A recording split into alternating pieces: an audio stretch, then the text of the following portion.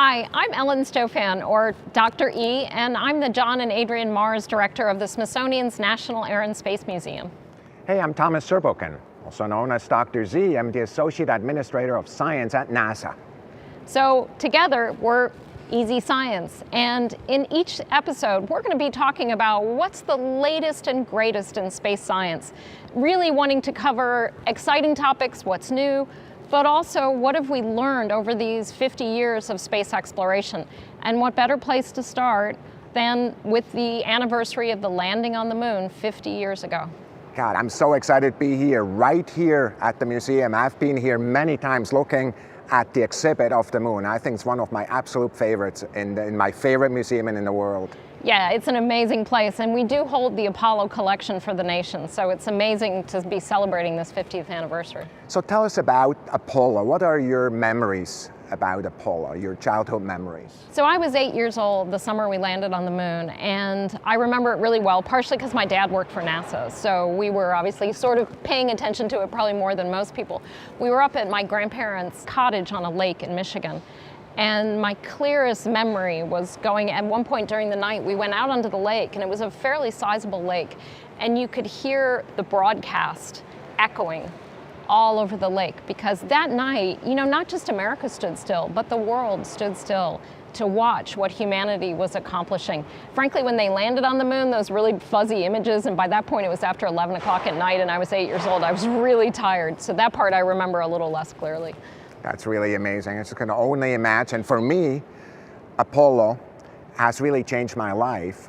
The university where I got my PhD in was the university that in a group that was started because of the first experiment on the surface of the moon, the solar wind experiment. The work I did afterwards was robotic exploration with NASA spacecraft as a follow-up of that experiment that was set up by Buzz Aldrin right after the landing.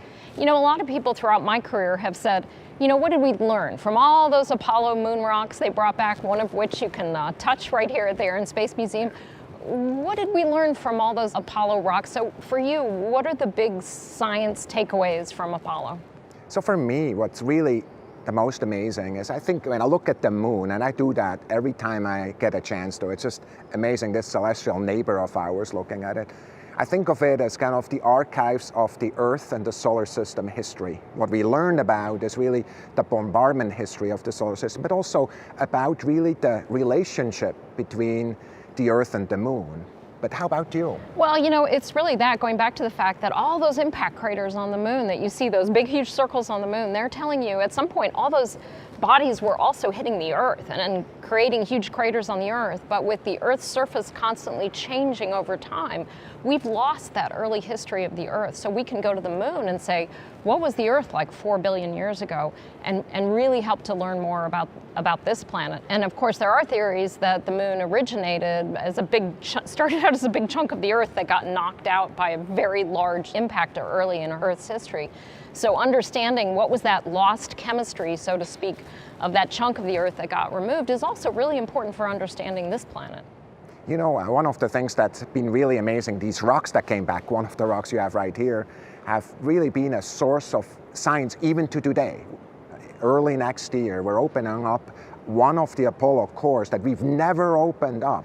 And there's still a lot of science we're learning. What are the most kind of recent science results that are exciting to you?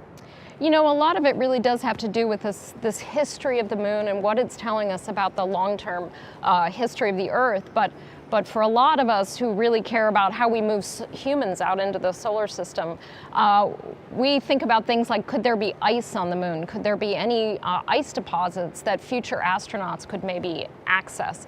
And so the fact that over the last about decade, with various instruments, we've actually been figuring out there are ice deposits on the moon. There's ice in the lunar soil. There could be actually larger ice deposits in permanently shadowed craters that are at the poles of the moon. And so this idea of water on the moon, which certainly at Apollo we didn't think that was possible, we've really learned in the last decade. And again, why that's important is, for one thing, that water is probably cometary ice, and we're interested in comets because they help form the Earth. But we're also really interested in using it potentially as a resource. And of course, that's why as early as 2020, we're going back with robots and initially in a kind of equatorial region, but soon enough to the polar regions, and then as early as 24 with humans to the very same region, because the resources are right there. Those water resources, we think, from remote sensing are right there.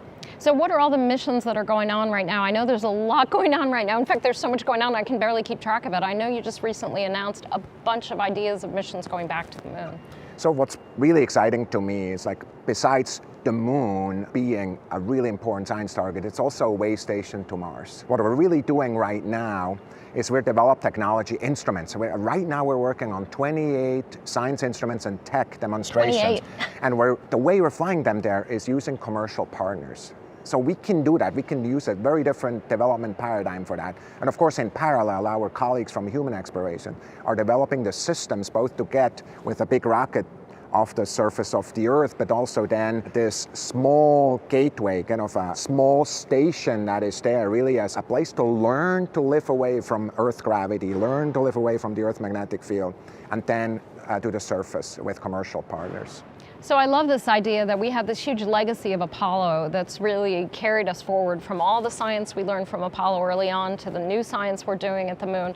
A lot of it helping us not understand more about this planet, but also where we go next. And it's going to be that stepping stone to exploring the rest of our solar system. I really believe that's one of the most important aspects for Apollo for me. It shows that we can do these things. We go beyond. Yes, the moon is there. Yes, we're celebrating it. But our aspirations are beyond. We can't wait to have the United States on the surface with our international and commercial partners on the surface of Mars.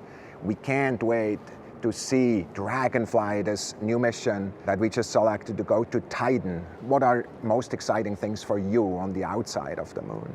Yeah, for me, it's really getting humans to Mars, breaking open that right rock and finding out, did life evolve on the red planet, and what can we learn from that about how life evolved here, and then going out to those moons in the outer solar system, Titan, Enceladus, Europa, and really searching to say, is there life beyond Earth? There's so much going on. We're just about out of time. Unfortunately, really enjoying talking to you. This has been really fun, but in future episodes, what we'd like to do is to have you send us your questions. So contact us on social media, on Twitter, on Facebook, and let us know what you would like to learn about. So we see each other again at the next EZScience.